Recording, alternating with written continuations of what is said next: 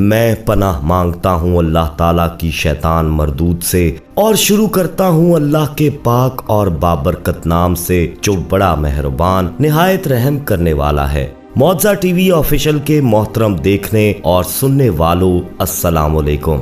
پیارے دوستو، مدینہ منورہ کے مضافات میں ایک جامع مسجد کے خطیب کی ایک خوبصورت بیٹی تھی جو جامعہ میں پڑھتی تھی۔ ایک دن وہ جامعہ سے واپس گھر آئی۔ گاڑی سے اترتے وقت ایک لڑکے نے اس کا چہرہ دیکھ لیا۔ لڑکی بہت حسین و جمیل تھی۔ لڑکے کو پسند آئی۔ اس نے پتہ کیا لڑکی خطیب صاحب کی بیٹی تھی۔ لڑکے نے اسی دن سے صف اول میں نماز پڑھنے کا اہتمام شروع کیا۔ اذان سنتے ہی وہ مسجد کے دروازے پر پہنچ جاتا۔ نماز تک تلاوت قرآن میں مشغول رہتا تھا۔ 6-7 مہینے تک وہ اسی معمولات کا پابند رہا۔ اس کے بعد اس نے والد سے شادی کی خواہش کا اظہار کیا۔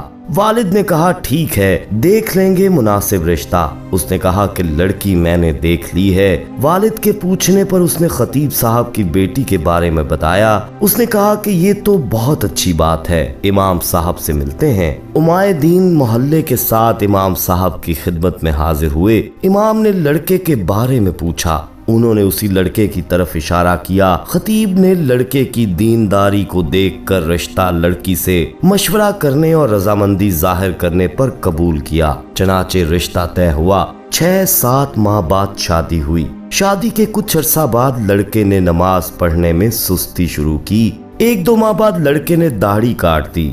گھر آنے پر لڑکی نے سخت ناراضگی کا اظہار کیا۔ اس نے کہا کہ یہ نمازیں تو میں تمہیں حاصل کرنے کے لیے پڑھ رہا تھا، اب مقصد حاصل ہو چکا ہے، اب بھلا کیا ضرورت۔ لڑکی یہ سن کر بہت افسردہ ہوئی اور جا کر اپنے والد صاحب سے کہا کہ اس بے دین کے ساتھ ایک دن نہیں رہنا چاہتی۔ یہ معاملہ محکمہ عدل تک پہنچ گیا۔ قاضی نے دونوں میں تفریق کا فیصلہ کیا۔ لڑکا بہت پریشان ہوا۔ اس نے بہت کوشش کی لیکن لڑکی کو دوبارہ نہ پا سکا۔ اس کے بعد اس لڑکے نے ایک جادوگرنی سے مدد حاصل کرنے کا فیصلہ کیا۔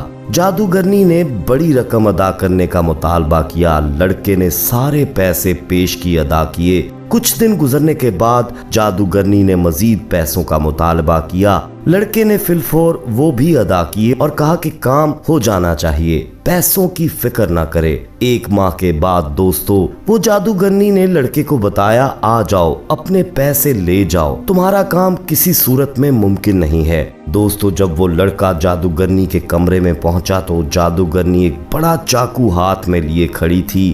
لڑکے نے حیرت زدہ انداز میں پوچھا یہ کیا کر رہی ہو؟ جادوگرنی نے کہا مجھے قتل کر دو ورنہ دونوں قتل کر دیے جائیں گے۔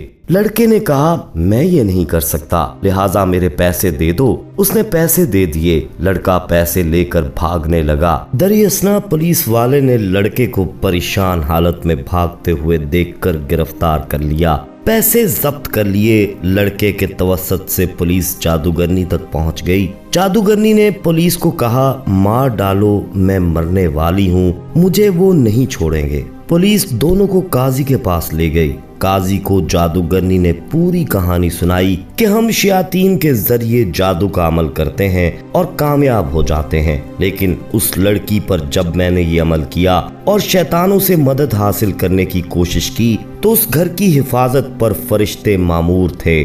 پھر میں نے دوسرا عمل کیا، تب بھی فرشتے مامور تھے لیکن پہلے سے تعداد میں زیادہ۔ اس کے بعد میں نے رئیس الشیاطین سے مدد لینے کی کوشش کی۔ اس بار جب وہ گھر کے پاس گئے تو وہاں جبرائیل امین کھڑے تھے۔ اس دن کے بعد سے اب مجھے وہ شیطانی گروہ مارنے پر تلے ہیں۔ قاضی یہ سب سن کر حیران ہوا اور اس نے خطیب صاحب کو بلایا۔ جب امام صاحب تشریف لائے تو انہوں نے پوچھا کہ کیا عمل کرتے ہو کہ فرشتے آپ کے گھر کی حفاظت پر مامور ہیں؟ اس نے پوچھا کیوں، کیا ہوا؟ کیونکہ اس کو پتا بھی نہیں تھا کہ یہاں کیا چل رہا ہے۔ جب انہوں نے امام صاحب کو پوری کہانی سنائی تو خطیب صاحب نے کہا کہ ہمارے گھر میں صبح روزانہ سورہ بقرہ کی تلاوت ہوتی ہے اور جس گھر میں سورہ بقرہ کی تلاوت ہوتی ہے اس پر جنات اور شیاطین کا اثر نہیں ہوتا۔ نیک خاندان کی حفاظت کے لیے اللہ پاک ایسے انتظام فرماتا ہے۔ پیارے دوستو، سورہ بقرہ کا پڑھنا باعث